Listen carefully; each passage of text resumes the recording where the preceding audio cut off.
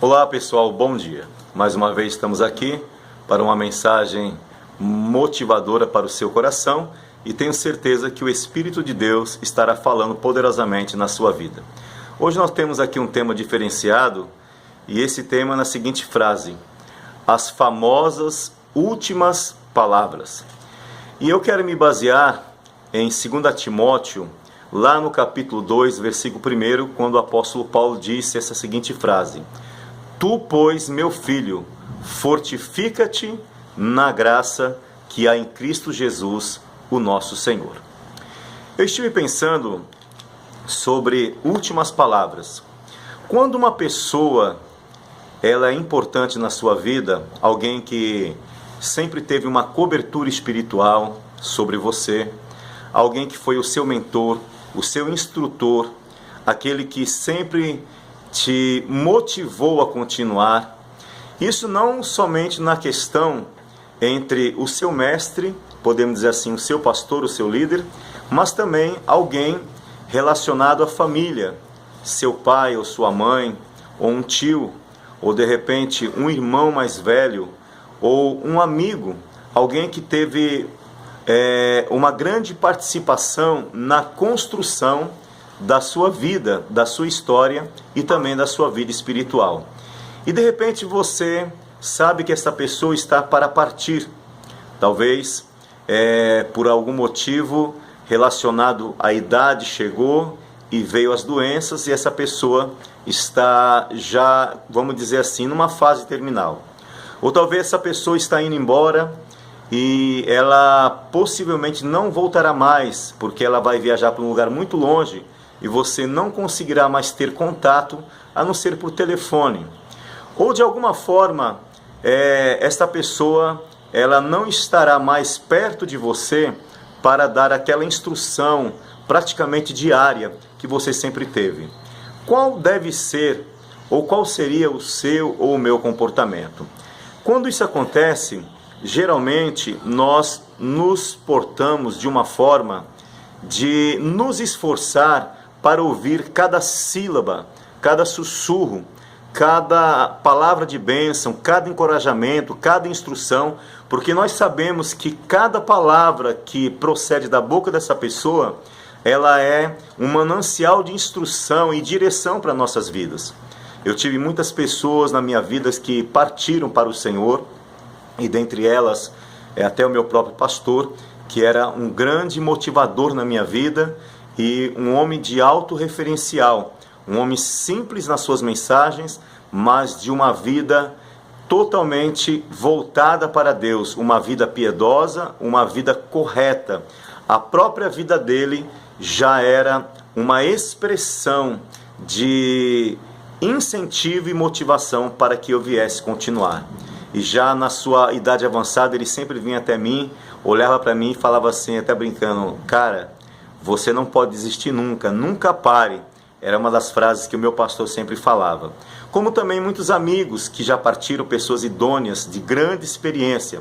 Então você quer ficar pertinho para poder ouvir aquilo que a pessoa tem para falar. Quando você vê lá no Evangelho de João, você vai observar muito isso. Quando você olha, por exemplo, lá no capítulo 14, os discípulos estavam apreensivos e Jesus fala assim: não se turbe o vosso coração, credes em Deus, credes também em mim, porque na casa do meu Pai há muitas moradas. Jesus estava preparando os discípulos porque estava próximo da crucificação e ele sabia que os seus discípulos se sentiriam sem um líder, sem a presença daquele que trazia segurança. Então ele estava trazendo conforto. Não se turbe o vosso coração. Você observa lá em João, no capítulo 16, ele já começa a falar do Consolador. Ele falou: quando ele vier, vos ensinará todas as coisas, e ele vai te fortalecer, ele vai te ajudar e te dar direção. Ele começou a falar a respeito do Consolador, porque o Consolador viria. No capítulo 18, você observa que ele já está no Getsêmani, ali aonde, horas antes da crucificação. E quando chega no capítulo 19, nós vemos ali a crucificação. Então, nós observamos que todo mestre, antes de sua partida, se houver a chance, ele vai querer dar uma palavra de motivação para o seu aprendiz, ou não somente, como eu estou falando, em questão de liderança, mas o líder da família, o chefe da família, aquele que é sobre você, ele tem esse intuito. Muito bem. Então nós vemos aqui que o apóstolo Paulo, ele deu algumas instruções, e ele estava bem vivo, né? Porém em fase terminal no seu ministério. Ele ia passar o seu bastão, lembrando o que era verdadeiramente importante. Ele escreve os seus pensamentos e o seu legado de vida com Deus ao seu filho na fé. E Timóteo, quando ele recebeu essa carta, ele deve ter lido, relido, ele deve ter ali várias vezes observado as mensagens que o seu mestre havia deixado para ele. E eu quero compartilhar essas palavras do apóstolo Paulo, que é uma lição para os nossos dias atuais. O que ele disse aqui? No capítulo 2, ele fala no versículo de número 2: Tu, pois, meu filho, fortifica-te na graça que há em Cristo Jesus, o nosso Senhor. Nós observamos que não houve alguém que entendeu tanto sobre a graça, e a graça, para quem não sabe, significa favor imerecido, como o apóstolo Paulo. Houve uma época que Paulo ele chegou para Deus e falou assim para Jesus, e ele orando falou: Senhor, tira de mim esse espinho na carne. E o Senhor disse: basta. E falou para ele assim, dando o conforto: você deve voltar-se e pensar naquilo que eu vou estar te falando. A minha graça te basta, porque o meu poder se aperfeiçoa na sua fraqueza. Aí o apóstolo Paulo falou assim: então eu vou gloriar nas minhas fraquezas, para que repouse sobre mim o poder de Cristo, porque quando eu penso que estou fraco, então é que estou forte. Nós observamos que Jesus falou para ele: a minha graça te basta, o meu favor já é suficiente. Então Paulo sabia muito bem o que era isso, e ele transmitiu para o seu filho: fortifica-te na graça. Ou seja, você deve, como ele falou no capítulo 1, versículo 13 e 14 anteriormente, ele diz assim: conserva o modelo das palavras que de mim tens ouvido, guarda como um bom depósito. Ou seja, você precisa guardar o fundamento da sua fé. Como construiu sobre esse fundamento? Lembre-se disso, né? Que dom que você tem. Então Paulo estava falando justamente de manter-se no caminho. Fortifica-te na graça, permanece naquilo que você aprendeu. Eu quero dizer para você que você deve ter tido uma orientação de alguém que foi um mentor na sua vida, e hoje essa pessoa não está mais presente. Quem sabe você está pensando em jogar tudo para cima, e Deus está lembrando você e está falando: preserva tudo que você aprendeu, todos os ensinamentos, para que você pudesse ter conquista em todas as áreas da sua vida. Ou seja, Paulo estava querendo dizer isso para o seu filho: mantenha-se no caminho do Senhor. A segunda coisa que ele fala, ele diz assim: e o que de mim tens ouvido, transmite-o. Ou seja, o que você aprendeste de mim, entre muitas testemunhas. O apóstolo Paulo estava dizendo: você deve lembrar de quem você aprendeu. Quem foi aquele que te orientou. E hoje nós vivemos uma época onde as pessoas estão tendo muitas pessoas como modelo, muitos formadores de opinião, e muitas pessoas têm, por exemplo, a mídia, a internet, o Face,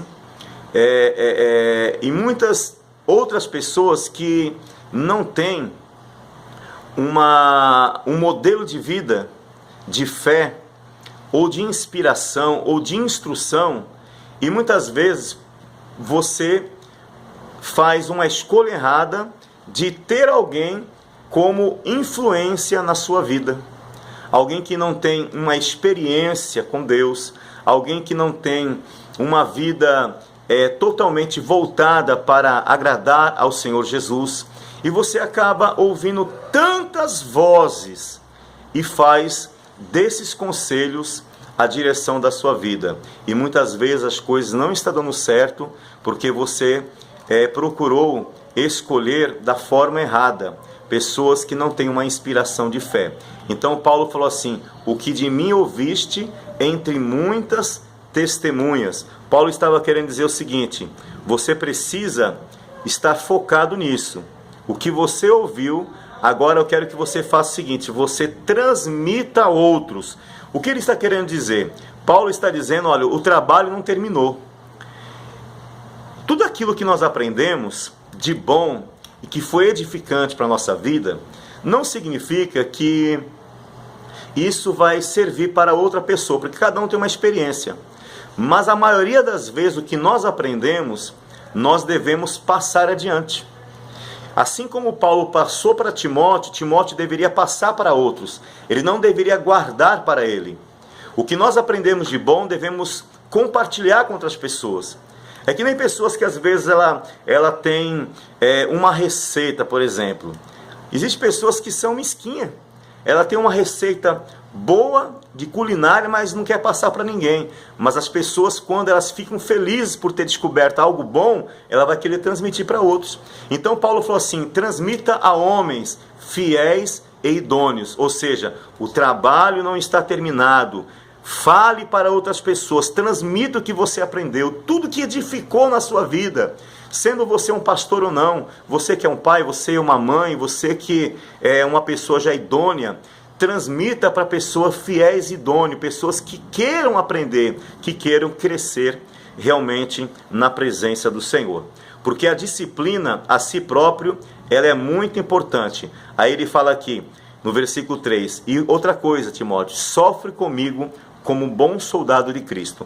No versículo 3 ele fala de três tipo de pessoas: soldado, atleta e lavrador. O soldado, ele fala que o soldado ele tem que lutar legitimamente. O atleta, ele fala assim que ele tem que procurar treinar de uma forma disciplinar. E o lavrador, ele é o primeiro a desfrutar dos seus frutos. Todos esses têm uma disciplina de vida. Então ele está dizendo para Timóteo que ele deveria ter esta disciplina. Ele deveria estar pronto para suportar. Ele falou assim: sofre comigo como um bom soldado. Ou seja, na vida tu vai ter sofrimentos, mas o que vai te manter firme é a sua disciplina.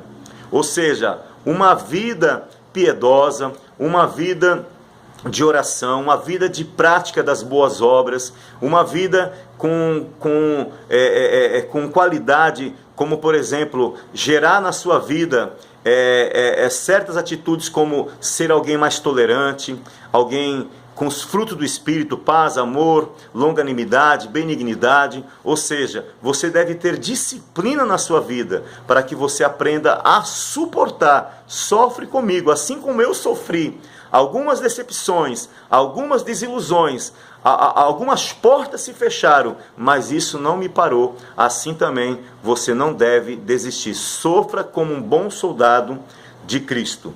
E para finalizar, ele dá um salto lá, né? Aliás, eu estou dando esse salto lá no versículo 20 a 26 do capítulo 2, ele fala que numa casa existe vários tipos de vaso, né? Ou seja, o vaso de honra e desonra. Aí ele fala assim: o vaso de ouro, de prata, de madeira e de barro.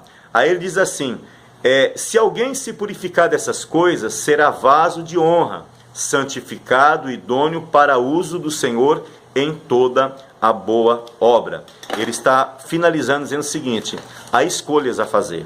Você pode decidir que tipo de vaso você vai querer ser, de honra ou desonra. Se você for optar por vaso de honra, certamente você vai se tornar idôneo, você vai se tornar capaz, você vai se tornar convicto da sua fé e você vai ser útil e pronto para ser usado para Deus em toda boa obra. Então nós vemos aqui que as instruções de Paulo antes da sua partida, as últimas instruções, foi de motivação e de instrução. Então, em suma, na essência dessa mensagem desta manhã, eu quero dizer para você: procure estar atento naqueles que são verdadeiras pessoas, que são exemplos de fé, de dedicação, de vida piedosa, de comunhão com Deus. Faça uma boa escolha. Quem é o seu mentor? Quem está na sua cobertura. Valorize os seus líderes, valorize aquelas pessoas que estão sobre você, como seus pais, ou seus tios, ou aqueles que têm a responsabilidade sobre você. Não saia pegando por aí várias informações de terceiros, de pessoas que não são modelos, não são inspiração e não têm uma vida dedicada para Deus. Pelo contrário, tem uma vida de aventuras, aonde poderá levar você ao fracasso. Que você possa pensar nisso, guardar esta palavra no seu coração. Tu, pois, meu filho, fortifica-te na graça que há em Cristo Jesus, o nosso Senhor. Deus abençoe e um bom dia para todos.